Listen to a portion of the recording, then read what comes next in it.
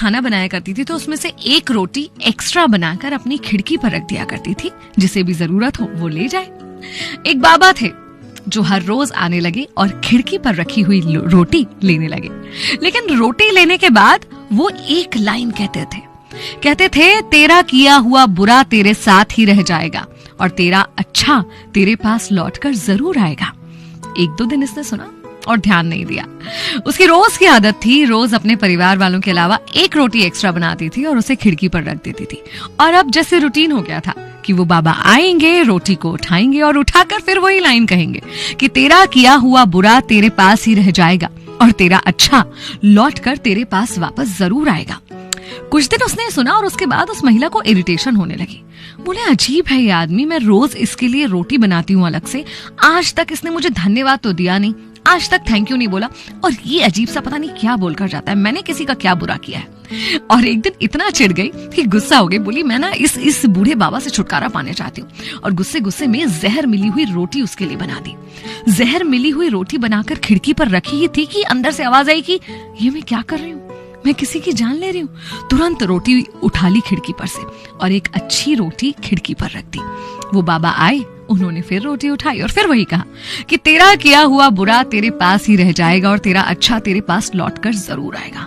इसने अनसुना सा किया, इरिटेट हुई अंदर चली गई। इस औरत का एक बेटा भी था जो कई दिनों से बाहर था। दिन रात उसकी सलामती की कामना करती रहती थी, क्योंकि कई दिनों से उससे बात भी नहीं हुई थी। और उस दिन अचानक डोरबेल बजी और सामने क्या देखती है, उसका बेटा खड़ा हुआ है। वो बहुत खुश हुई, लेकिन अपने बेटे की हालत को देखकर बहुत दुखी थी। ऐसा लग रहा था कि कई दिनों से उसे जैसे खाना तक नहीं मिला। उसने पूछा कि बेटा क्या हुआ? उसने कहा, माँ, मैं जिस देश में था वहां युद्ध जैसी स्थितियां बनी हुई थी, हमें कैद कर लिया गया था और किसी तरह मैं वहां से निकलकर वापस आ पाया हूँ। ऐसा लग रहा था कि बस प्राण निकल ही जाएंगे। इतने में रास्ते में एक बूढ़े बाबा मिले। उनसे मैंने कहा, कुछ खाने को दे दो। उनके हाथ में एक रोटी थी जो उन्होंने मुझे दे दी और शायद उसी वजह से चलकर अपने घर तक पहुंच पाया। और पता है माँ, उस बूढ़े बाबा ने मुझसे क्या कहा? उसने कहा कि तेरा किया बुरा तेरे पास ही रह जाएगा और तेरा अच्छा लौट कर तेरे पास वापस आएगा। माँ ने दिल पर हाथ रख लिया और ईश्वर का बहुत शुक्रिया किया कि आज उसने वो जहर वाली रोटी खिड़की पर नहीं रख दी थी।